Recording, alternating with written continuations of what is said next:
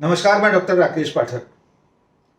मध्य प्रदेश में स्थानीय निकाय के चुनाव में ओबीसी को आरक्षण दिया जाना था, लेकिन ये मुद्दा दोनों बड़ी पार्टियों के बीच रस्साकसी का विषय बन गया और अंततः सुप्रीम कोर्ट को दखल देना पड़ा। और आज सुप्रीम कोर्ट के फैसले के बाद ये साफ हो गया है कि अब मध्य प्रदेश में स्थानीय निकायों के चुनाव बिना ओबीसी को आरक्षण दिए हुए, यानी पिछड़ा वर्ग के लोगों की जो आरक्षित सीटें होती थीं उन्हें निर्धारित किए बिना ही अब ये चुनाव संपन्न होंगे। आइए इसे सिलसिलेवार समझने की कोशिश करते हैं कि मुद्दा क्या है और क्यों दोनों पार्टियां एक दूसरे को अन्य पिछड़ा वर्ग के पीठ में छुरा भोंकने का आरोपी बता रही हैं। दोनों पार्टियों के बड़े नेता एक दूसरे पर आरोप प्रत्यारोप लगा रहे हैं। दरअसल में मध्य प्रदेश में स्थानीय निकायों के चुनाव लंबे समय से प्रतीक्षित हैं।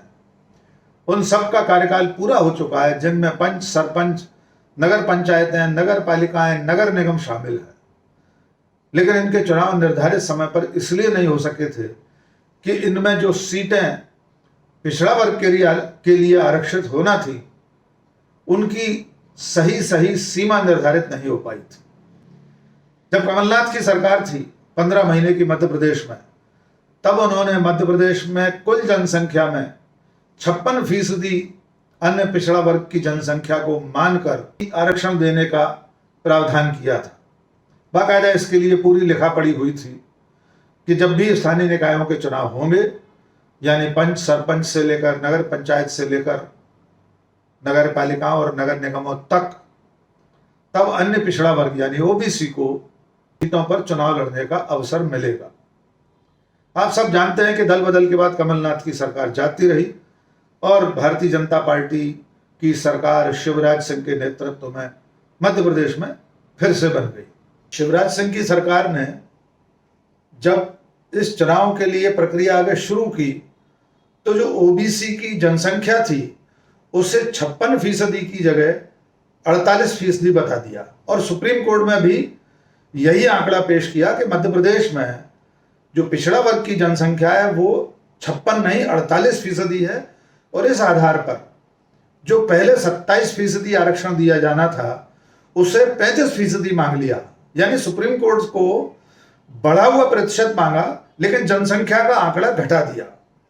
जो जनसंख्या कमलनाथ की सरकार में 56% मानी गई थी उसे शिवराज सिंह की सरकार ने सुप्रीम कोर्ट के सामने दाखिल अपने दस्तावेजों में 48% बताया और जो सीटों की संख्या 27% पहले थी उसे बढ़ाने की मांग कर दी कि 35% सीटों पर ओबीसी को चुनाव लड़ाया जाएगा। इसके खिलाफ तमाम सारे लोग अदालत में गए, पहले जबलपुर उच्च न्यायालय में गए कुछ लोग, फिर मामला सुप्रीम कोर्ट पहुंचा। एक बार सुप्रीम कोर्ट ने वापस हाई कोर्ट जबलपुर भेज दिया और फिर अंत में सुप्रीम कोर्ट में ही यह अंतिम निर्णय के लिए पहुंचा। याचिकाकर्ताओं में कांग्रेस के नेता, तमाम सारे ऐसे कार्यकर्ता भी शामिल थे जो ओबीसी को वही आरक्षण चाहते थे जो कमलनाथ की सरकार ने निर्धारित किया था।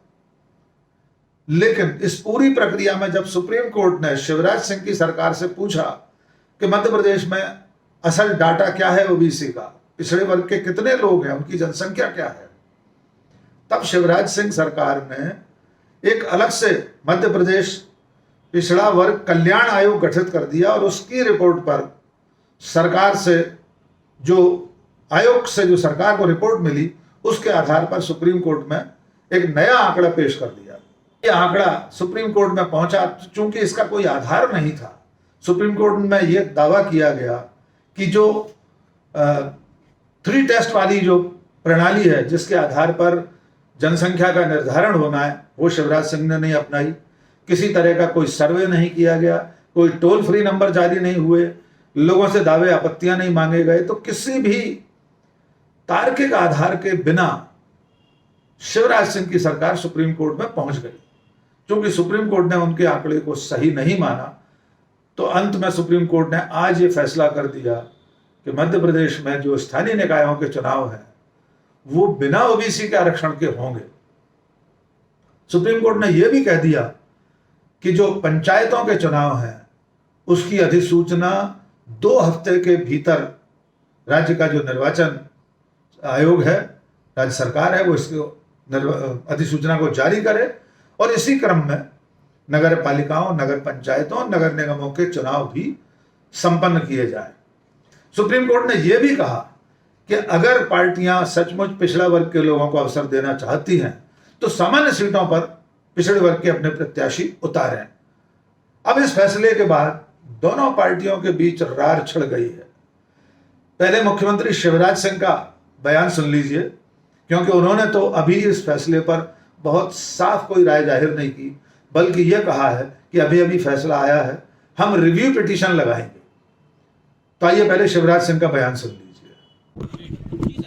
अभी माननीय सर्वोच्च न्यायालय का फैसला आया है, विस्तृत अध्ययन हमने अभी नहीं किया है, लेकिन ओबीसी आरक्षण के साथ ही पंचायत के चुनाव हो, इसके लिए रिव्यू पिटीशन हम दायर करेंगे और पुनः आग्रह करेंगे कि स्थानीय चुनाव, स्थानीय निकायों के चुनाव ओबीसी के आरक्षण के साथ हो।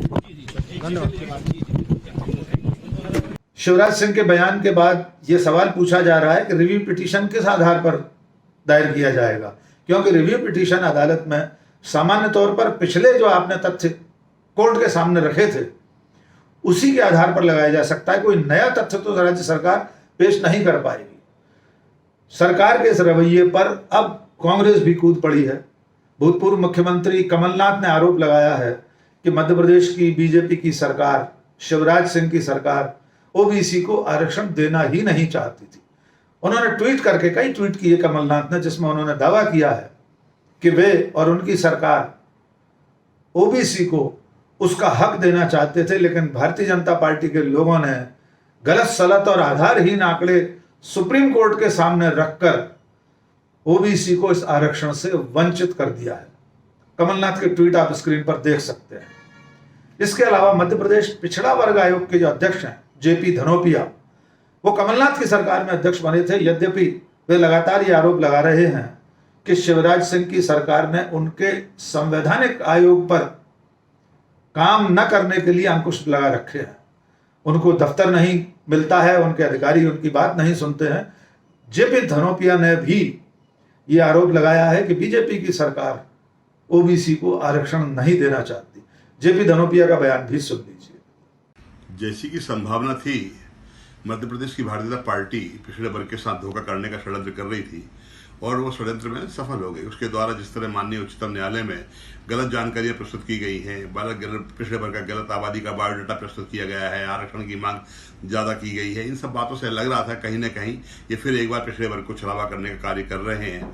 और जिसकी पुष्टि इस बात से होती है कि भारतीय जनता पार्टी की ओर से माननीय उच्च न्यायालय में उनके नियुक्त वकील के द्वारा भी कहा गया था कि माननीय उच्चतम न्यायालय से महाराष्ट्र जैसा ही निर्णय होगा। इससे साफ लग रहा है कि योजनाबद्ध तरीके से प्री प्लान से कराने वाला कार्य किया गया है।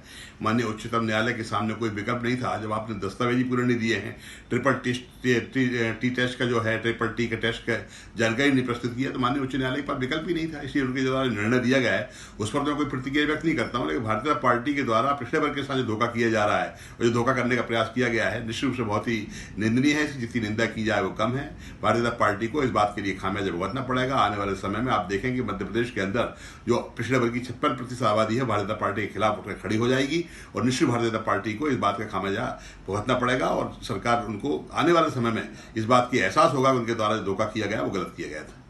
तो अब दोनों पार्टियां एक दूसरे पर आरोप प्रत्यारोप लगा रही हैं।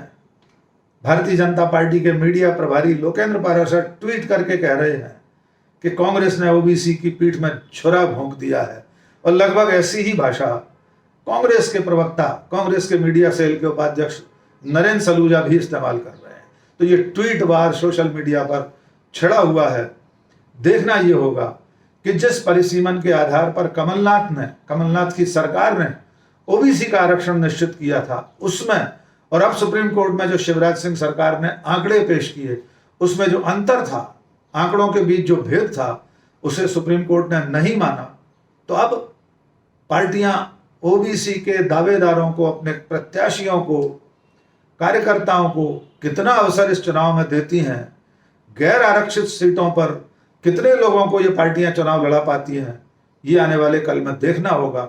और राज्य सरकार ने, राज्य निर्वाचन आयोग ने आज सुप्रीम कोर्ट के इस फैसले के बाद पंचायत चुनावों के लिए अधिसूचना जारी करने की तैयारी कर ली है।